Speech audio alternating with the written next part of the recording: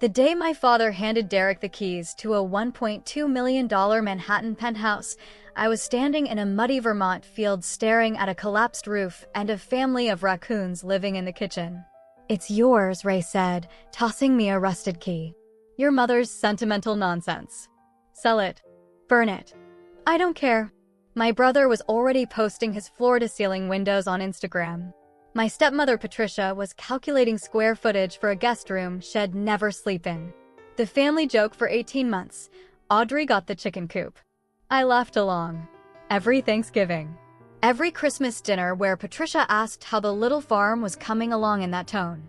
Every call where Ray said, "Direct's closing a big deal," then added, "Still playing house in the woods?" Hey Race, what they didn't know. I'm an architect. Not the fancy magazine kind. The kind who understands structural load, water drainage, and exactly how much sweat equity turns a condemned building into gold. And hey Race, what they really didn't know.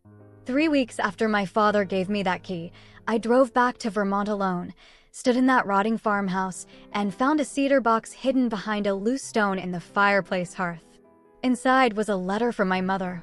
Laura, dead 11 years. Cancer took her when I was 17. Ray remarried Patricia within 14 months.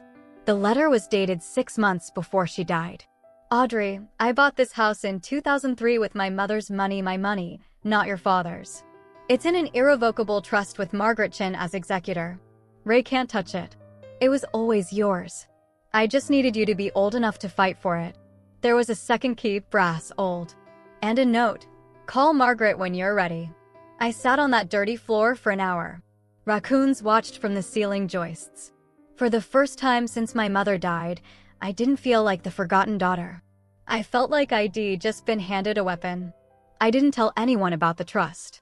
Not Derek. Not Ray. Not Patricia.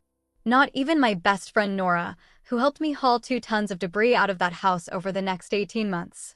Because when you are the underestimated one in a family of narcissists, they are not watching you.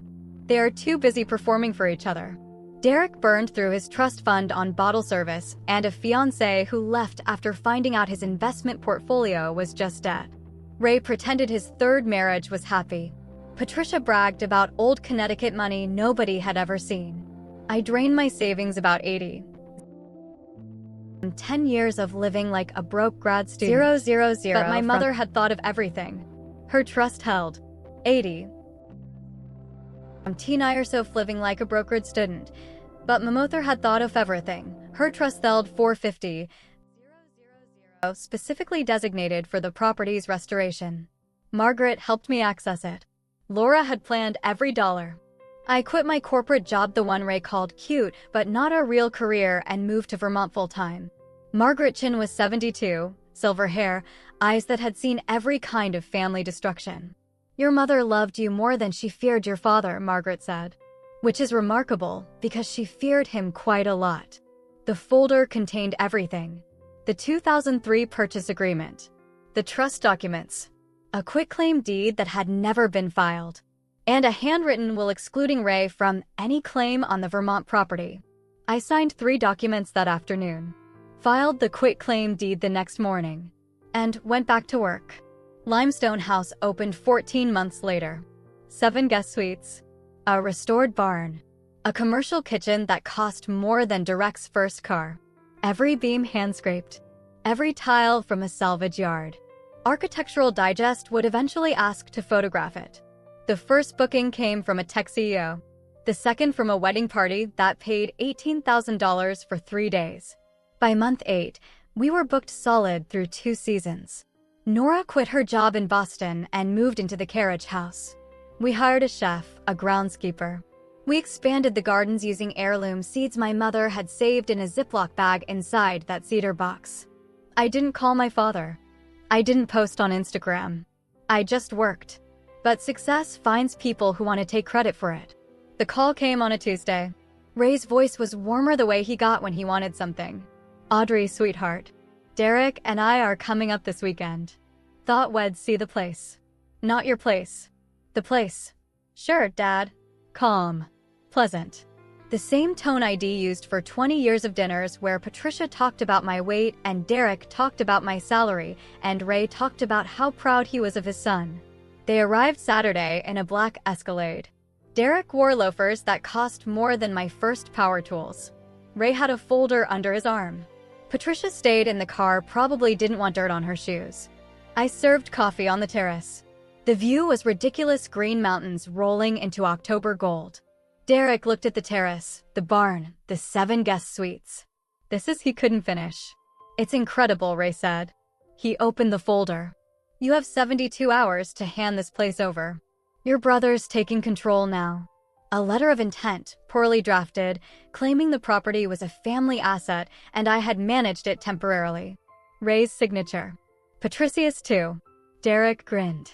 The same grin from every dinner where had been served first, praised first, given everything first. I took a sip of coffee. Set the cup down. The corners of my mouth turned up. Okay.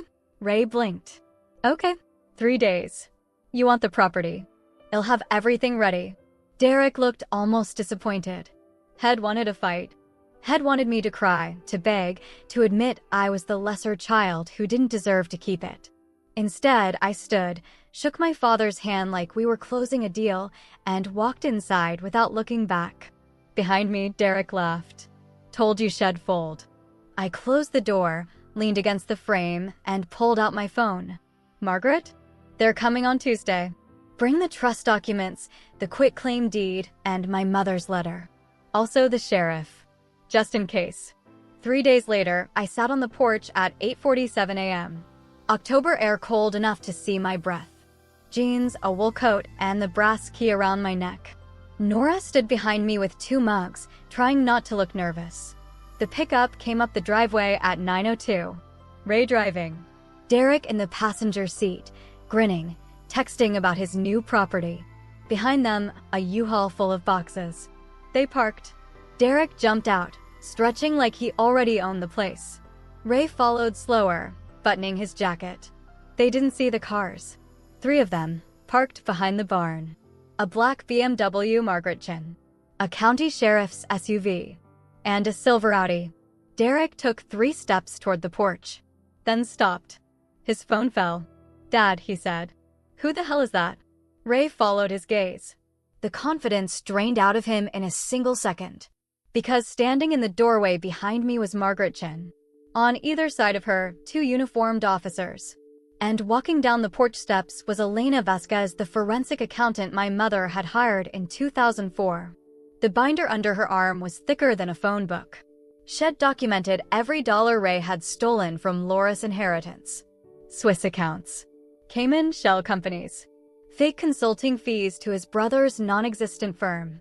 Good morning, Ray, Elena said, her voice sweet as poison. Derek's face was gray. Dad? What's going on? Ray didn't answer. He was looking at me. At my calm face. At the brass key.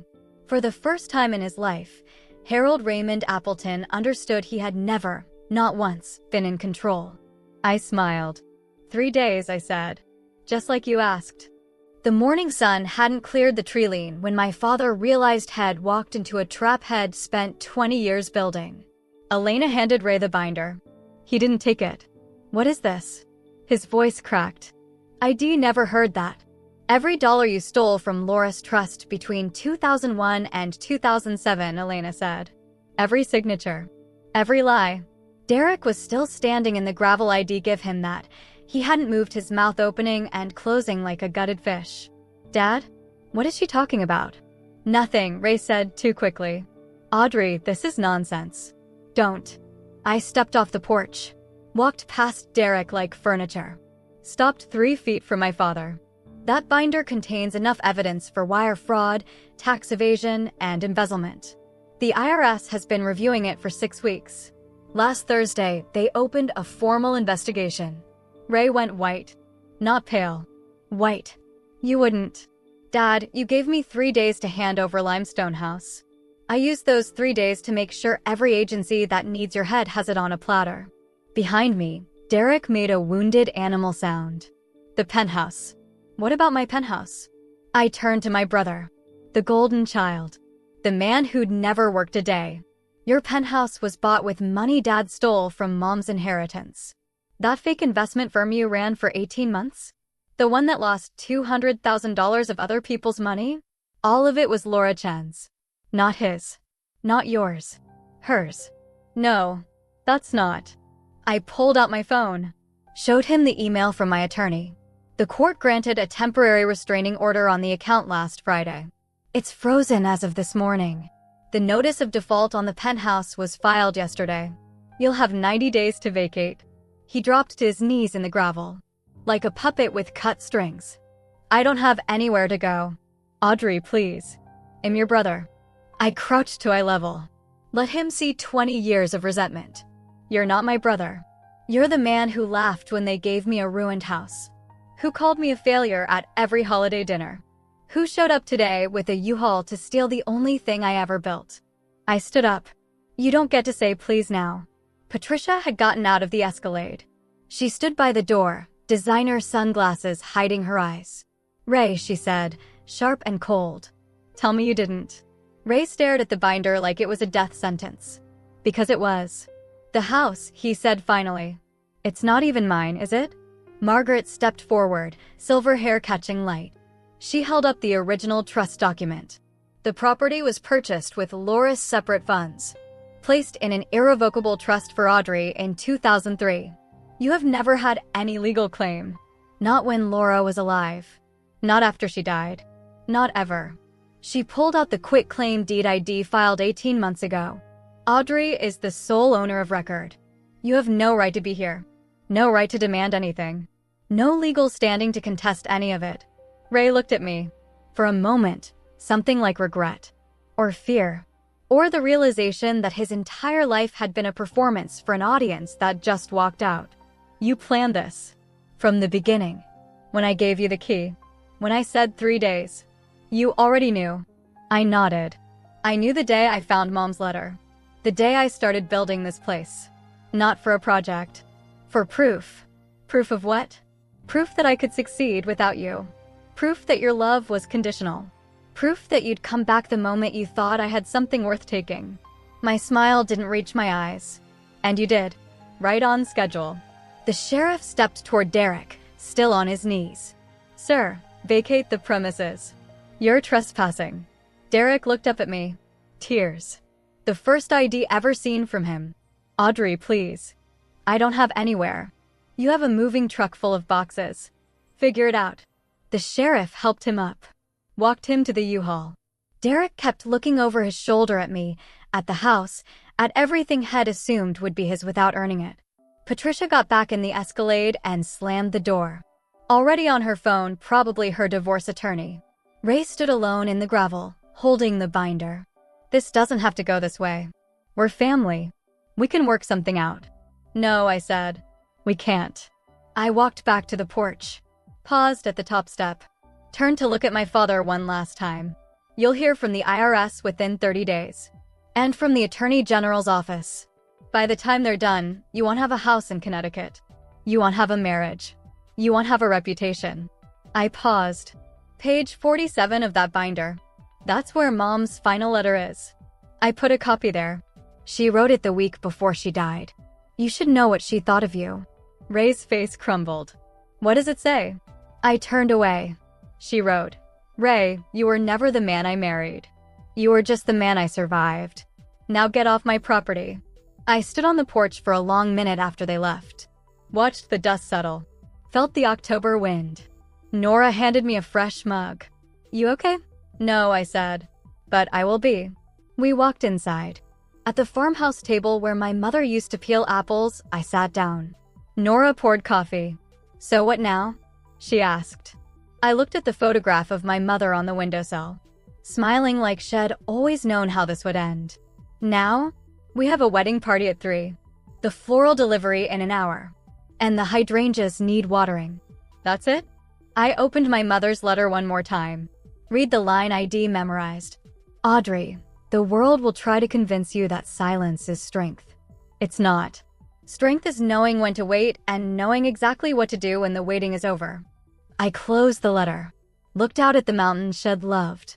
The garden shed planted. The house shed bought to save me from a family that was never really mine. That's everything, I said. And for the first time in 28 years, my whole life, I meant it.